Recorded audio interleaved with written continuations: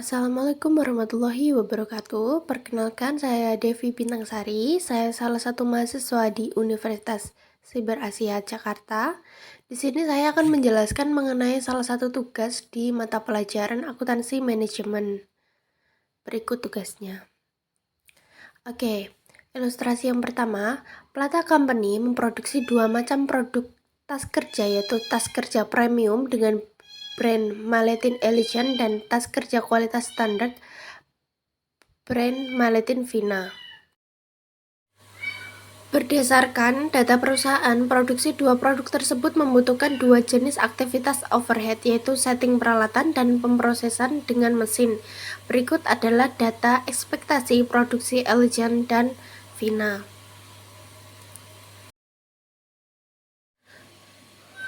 Di situ diterangkan bahwa setting peralatannya $3.000, pemrosesan dengan mesinnya $18.000. Jadi direct labornya $9.000 di Elegant, di Vina $3.000. Direct material $3.000 di Elegant, $3.000 di Vina. Unitnya 3.000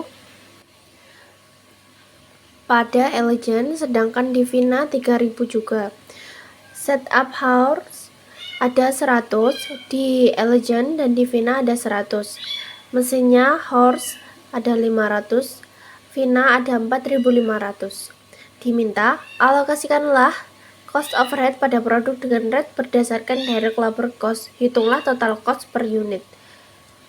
Kemudian alokasikanlah cost overhead pada produk berdasarkan driver tiap aktivitas yang paling tepat.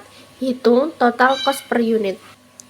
Direct labor atau biaya tenaga kerja langsung adalah upah dari tenaga kerja yang dikerahkan secara langsung untuk mengubah bahan baku menjadi produk jadi. Biaya ini dapat diidentifikasikan secara langsung dengan jumlah produk yang dihasilkan.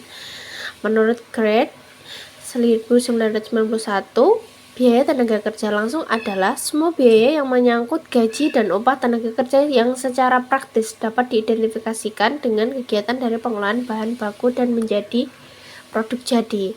Berikut adalah proses cara-cara pencarian tarif overhead serta dari Elegant sendiri per unitnya dan di Vina-nya juga per unit.